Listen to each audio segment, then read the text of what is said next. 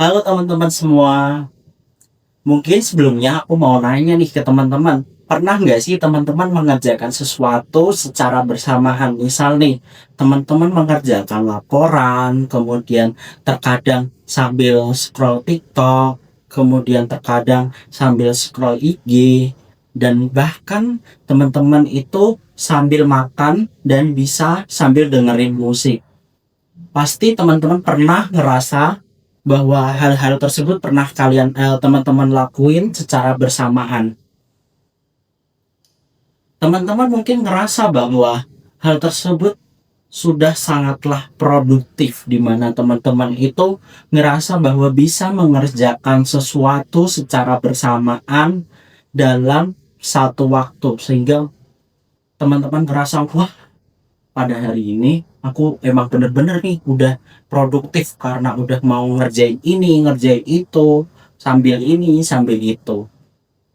Namun sebenarnya teman-teman, hal tersebut merupakan suatu produktivitas yang semu. Apa sih produktivitas semu? Yaitu teman-teman ngerasa bahwa semua udah dilakuin, tetapi aslinya hal tersebut outputnya atau hasilnya itu sangatlah sedikit, sehingga disebut sebagai produktivitas semu. Teman-teman hanya ngerasa bahwa teman-teman itu sibuk ngerjain ini, ngerjain itu, tetapi aslinya teman-teman itu hanya mendapatkan sedikit output atau hasilnya saja. So, perkenalkan, nama saya Muhammad Dian Fajar Setiawan, dan pada kesempatan kali ini saya akan membongkar fakta mitos terkait multitasking dan bagaimana kita membangun fokus di tengah kebisingan digital ini. Oke, mungkin sebelum kita mulai atau masuk ke dalam multitasking, kita akan berikan sedikit gambaran terkait apa sih multitasking itu. Teman-teman bisa lakukan dua percobaan ini, di mana di percobaan yang pertama teman-teman akan menyebutkan angka dan huruf yang dikombinasikan. Angkanya 1 sampai 10, hurufnya A sampai J. Nah, teman-teman bisa kombinasikan, mungkin langsung ku beri contohnya saja. 1A, 2B, 3C, 4D, 5E, 6F, 7G, 8H, 9I, dan 10C. Nah, mungkin lanjut di percobaan kedua, teman-teman bakal nyebutin hurufnya terlebih dahulu atau angkanya terlebih dahulu, kemudian lanjut setelah itu sebutin hurufnya. Misal nih, 1, 2, 3, 4, 5, 6, 7, 8, 9, 10. A, B, C, D, E, F, G, H, I, J. Nah, dari percobaan tersebut kita dapat melihat nih, apabila kita mengkombinasikan atau pada percobaan satu itu kita membutuhkan waktu yang sangat lama, karena pada saat itu otak kita itu perlu berpikir untuk bagaimana sih cara kita mengkombinasikan.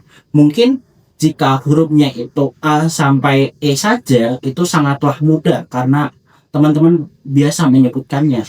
Namun ketika sudah mulai sampai F, terus sampai J, dan bahkan kalau kita lanjutkan sampai Z, maka otomatis otak kita itu membutuhkan waktu lama untuk memproses, dan hal tersebut dapat mengakibatkan kita mudah untuk terdistraksi atau lebih mudah melakukan kesalahannya gitu. Nah, sedangkan pada percobaan kedua ini kita hanya menyebutkan angka terlebih dahulu, kemudian kita akan menyebutkan hurufnya setelah selesai. Itu jauh lebih mudah teman-teman, karena otak kita akan memproses satu jenis pekerjaan, seperti kita nyebutin angkanya, kemudian masuk ke hurufnya, begitu, sehingga hal tersebut lebih mudah kita sebutkan karena kita sudah hafal terkait jenisnya yang sama tanpa perlu dikombinasikan. Begitu pula multitasking. Ketika kita mengerjakan sesuatu secara bersamaan dalam satu waktu, maka otomatis otak kita itu memerlukan waktu yang lebih lama untuk memprosesnya. Sehingga hal tersebut sangatlah tidak efektif dan sangatlah tidak efisien, teman-teman. Nah, dalam konteksnya, ketika kita beralih pekerjaan, misal kita ngerjain laporan, kemudian kita sambil buka YouTube atau buka chat WhatsApp, nah itu memaksa otak kita melakukan pengereman secara mendadak, sehingga kita baru setengah jalan kemudian kita lompat ke hal yang lainnya. Nah, sebenarnya ketika kita beralih pekerjaan tersebut, kita bukan melakukan multitasking, tetapi melakukan context switching course atau pergantian pekerjaan saja.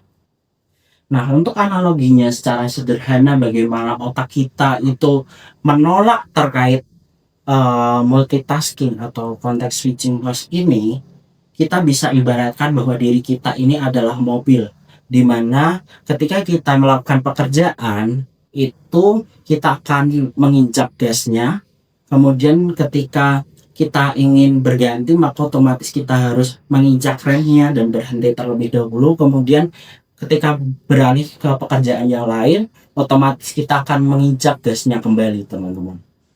Nah, bisa dibayangkan apabila kita sering berganti-ganti pekerjaan, misal kita ngerjain laporan, scroll TikTok, buka WA, dengerin musik. Nah, otomatis kita akan menginjak gasnya, kemudian kita menginjak remnya, kemudian kita menginjak gasnya lagi, kemudian kita menginjak remnya lagi, sehingga hal tersebut itu menimbulkan mesin pada mobil kita itu cepat panas.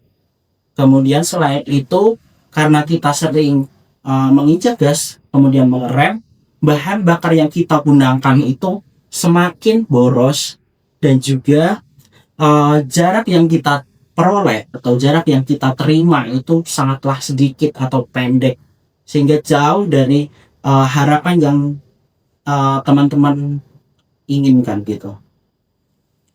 Nah, secara ilmiah fokus ketika kita melakukan pekerjaan dan kita terpecahkan fokusnya karena sedikit gangguan, setidaknya kita memerlukan waktu selama 23 menit untuk pulih kembali dan fokus secara maksimal. Bisa teman-teman bayangkan bagaimana ketika teman-teman mengerjakan suatu pekerjaan kemudian beralih ke handphone maupun yang lainnya, maka otomatis fokus teman-teman itu tidak akan mencapai fokus yang maksimal, sehingga pekerjaannya itu tidak akan memiliki output yang maksimal. Selain itu, biasanya teman-teman bakal mengalami kelelahan di malam harinya. Hal tersebut dikarenakan teman-teman lebih sering berganti-ganti pekerjaan atau context switching tadi, di mana energi teman-teman itu akan jauh lebih boros daripada mengerjakan satu pekerjaan terlebih dahulu hingga selesai kemudian berganti ke pekerjaan lainnya. Nah, teman-teman bakal ngerasa lebih lelah padahal yang dikerjakan teman-teman itu sangatlah sedikit. Nah, untuk mengatasi hal tersebut, sebaiknya kita akan kembali ke era monotasking, di mana pada era ini kita akan bekerja atau melakukan suatu tugas satu persatu hingga selesai terlebih dahulu, kemudian berpindah ke tugas yang lainnya. Nah, di sini terdapat 3 cara untuk kembali ke era monotasking, di mana yang pertama kita melakukan cara yaitu out of sight, out of mind, di mana pada saat kita mengerjakan suatu pekerjaan kita akan benar-benar fokus terhadap pekerjaan tersebut, kemudian hilangkan gangguan-gangguan yang menurut teman-teman ini dapat mengganggu. Misal di sini terdapat handphone, di mana pada handphone ini terkadang bunyi notif ataupun yang lainnya. Nah, teman-teman bisa nih matikan notifikasi WhatsApp-nya ataupun matikan data seluler atau WiFi-nya. Kemudian teman-teman simpan handphone teman-teman itu di suatu ruangan atau suatu tempat di mana teman-teman itu sulit untuk menjangkaunya, sehingga teman-teman bisa mengerjakan sesuatu tanpa adanya gangguan.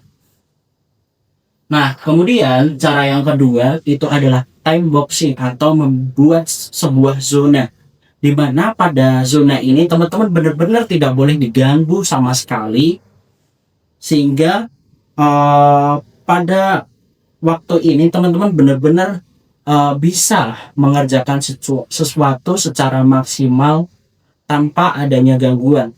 Nah, misal kita taruh saja di waktu 30 menit, di mana kita pada saat itu benar-benar tidak boleh adanya pekerjaan yang lain selain pekerjaan yang ada di hadapan kita.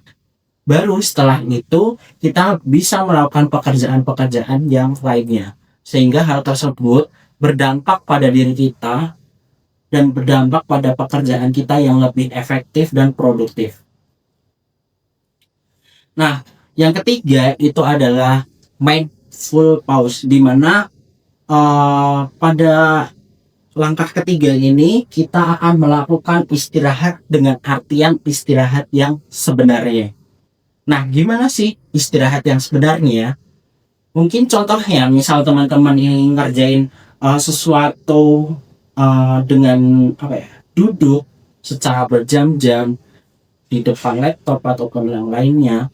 Nah, pada saat teman-teman merasa bahwa diri teman-teman itu lelah, maka otomatis teman-teman itu istirahat dengan cara berdiri, kemudian berjalan, memutar, ataupun misalnya teman-teman bisa mengambil air minum, kemudian melihat di luar jendela ataupun melihat lingkungan di sekitar teman-teman gitu. Jangan sampai ketika teman-teman istirahat itu ternyata teman-teman langsung buka handphone, kemudian scroll TikTok, scroll IG, ataupun baca-baca yang lainnya, sehingga hal tersebut membuat otak kita itu tidak beristirahat, namun berganti pekerjaan ke pekerjaan yang lain, sehingga tidak memberikan waktu untuk otak kita itu beristirahat, teman-teman. Nah, dari trik tersebut kita dapat melihat bahwa fokus ini merupakan suatu mata uang yang paling berharga pada saat ini. Kenapa hal tersebut sangatlah berharga? Karena dengan fokus kita dapat mengerjakan sesuatu secara efektif dan juga kita dapat meningkatkan produktivitas kita dalam mengerjakan suatu pekerjaan, sehingga pekerjaan itu benar-benar selesai ataupun outputnya itu benar-benar sesuai dari harapan yang teman-teman inginkan. Nah, menyelesaikan satu hal ini lebih baik daripada kita menyentuh 10 hal tapi tidak selesai sama sekali atau bahkan kurang dari 50% target kita. Nah, mungkin sebagai penutup aku mau teman-teman ngevaluasi sistem teman-teman semua pada saat ngelakuin pekerjaan. Kira-kira gangguan digital apa sih yang membuat teman-teman itu jadi gagal fokus pada hari ini? Mungkin bisa teman-teman tuliskan di komentar bawah. Dan sebagai penutup, hargai fokus teman-teman semua.